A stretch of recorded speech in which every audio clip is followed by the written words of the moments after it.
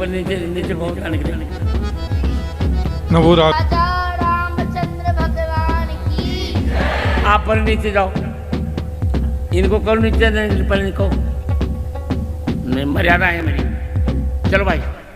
रटी रटाई script को लगातार एक फ्लो में बोलने का हुनर और ओवर एक्टिंग की इंतहा, बस इतना ही चाहिए एक सोशल मीडिया इन्फ्लुएंसर बनकर मोटा पैसा कमाने के लिए। बहुत से लोग इसी से एक अच्छी अर्निंग भी कर रहे हैं, लेकिन धर्म का इस्तेमाल करके सोशल मीडिया इन्फ्लुएंसर्स जो पाप कर रहे हैं वो लोगों को अंधविश्वास की गहरी खाई में झोंकने का काम कर रहा है। पहले तो इसका एक दायरा था, लेकिन सोशल मीडिया आने के बाद ये दायरा इस कदर फैल चुका है कि इस पर अब कोई रोक नहीं रह गई। अफसोस की बात तो ये है कि इससे धर्म का प्रचार प्रसार तो नहीं हो रहा है, बल्कि धर्म का मजाक का जरिया बनता जा रहा है। खास करके हिंदू धर्म, जो सबसे पुराना धर्म है। पहले ही कुछ नकली बाबाओं ने इसे बदनाम और हंसी का पात्र बनाने की कोई कसर नहीं छोड़ी थी कि अब छोटी छोटी उम्र के बच्चों ने भी इसको एज अ प्रोफेशन इस्तेमाल करना शुरू कर दिया है। जी हाँ, आप समझ गए होंगे कि हम किसकी बात कर रहे हैं। बात हो रही है मूर्ख लड़के अभिनव अरोड़ा की, जो मौजूदा समय में बाल संत बना बैठा है।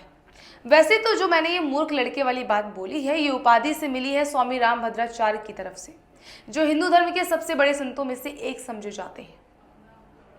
नमस्कार, मैं सुप्रिया सिंह और आप देख रहे हैं आपकी खबर। इन दिनों सोशल मीडिया पर एक वीडियो खूब वायरल हो रहा है, जिसमें संत रामभद्राचार्य मंच से अभिनव अरोड़ा को नीचे उतार देते हैं, जबकि अभिनव कीर्तन कर रहा होता है और भगवान का जयकारा लगा रहा होता है। फिर बाद में स्वामी रामभद्राचार्य अभिनव अरोड़ा को अपने एक वीडियो में मूर्ख बच्चा भी बताते हैं। स्वामी रामभद्राचार्य ने बच्चों की तरफ से दिए जाने वाले प्रवचन को बेहद ही दुर्भाग्यपूर्ण बताया।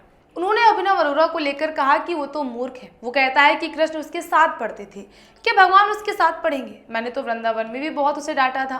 आप खुद सुनिए कि अभिनव अरोड़ा को लेकर स्वामी रामभद्राचार्य ने क्या कुछ कहा है। इतना मूर्ख लड़का है वो कहता है कि कृष्ण उसके साथ पढ़ता है। उस शिष्टता से उसको बोलने का मायना नहीं, भगवान के उसके साथ पढ़ेंगे। मैंने तो वृंदावन में उसको बहुत डांटा था। खैर, ये तो रही एक बात। अब चलिए अभिनव अरोड़ा की एक नॉन वेज लवर बच्चे से बाल संत बनने तक की इस जर्नी के बारे में भी बात कर लेते हैं। नॉन वेज लवर मैंने इसलिए बोला क्योंकि अभिनव अरोड़ा का ही एक पुराना वीडियो भी वायरल हुआ है, जिसमें वो खुद को चिकन लवर बता रहे हैं। खुद नॉन वेज नहीं खाती, लेकिन मेरे लिए चिकन बनाती। खैर, अभिनव अरोड़ा की पहचान एक बाल संत के तौर पर है। वो अक्सर भगवान के प्रति अपनी भक्ति के वीडियो सोशल मीडिया पर डालता है। उसकी पहचान एक यूट्यूबर, इन्फ्लुएंसर और भक्त की है। सोशल मीडिया पर उसे लाखों लोग फॉलो करते हैं और उसकी बातों को ध्यान से सुनते हैं। अभिनव तमाम स्पिरिचुअल जर्नीज भी करता है और भक्ति में मगन होकर डांस करते हुए भी नजर आता है। वो भगवान कृष्ण और राधा के अनन्य भक्त होने का दावा करता है। मिली जानकारी के मुताबिक अभिनव अरोड़ा महज 10 साल का है। वो दिल्ली के एक प्राइवेट स्कूल का स्टूडेंट है, जो 5th क्लास में पढ़ता है।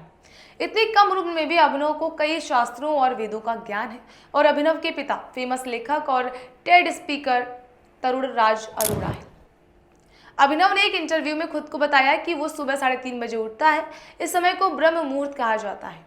अभिनव ब्रह्म मुहूर्त में उठता है और 6:30 बजे तुलसी पूजा परिक्रमा करता है और 7:30 बजे अपने घर पर बाल गोपाल को भोग लगाकर स्कूल जाता है। हालांकि सोशल मीडिया यूजर्स का कहना है कि स्कूल से बचने के लिए ही अभिनव ने ऐसा पूरा सेटअप तैयार किया है। और जब अभिनव के पेरेंट्स ने महसूस किया कि एक अच्छा खासा बिजनेस हो सकता है, तो उन्होंने अभिनव को एक बड़ा मंच तैयार करके दे दिया। आपको ये जानकर हैरानी होगी कि अभिनव अरोड़ा को कैबिनेट मंत्री Nitin Gadkari youngest spiritual orator की उपाधि से सम्मानित कर चुके हैं। मीडिया रिपोर्ट से बताया गया है कि स्कूल में पहले अभिनव के पास कोई नहीं बैठता था। वो सबसे राधे राधे या जय श्री राम कहकर मिलता था, इसलिए बच्चों ने उससे दूरी बना ली थी। लेकिन अब तो टीचर्स भी उसे राधे राधे कहते हैं। क्लास का हर बच्चा अब अभिनव से दोस्ती करना चाहता है। खैर, हम अपने दर्शकों को बताना चाहते हैं कि काफ़ी रिसर्च के बाद भी अभिनव अरोड़ा के बारे में अब तक इतनी ही जानकारी सामने आई। हालांकि उनके वीडियो वायरल होते रहते हैं और अब तो उनकी पोल पट्टी खुलना भी शुरू हो गई।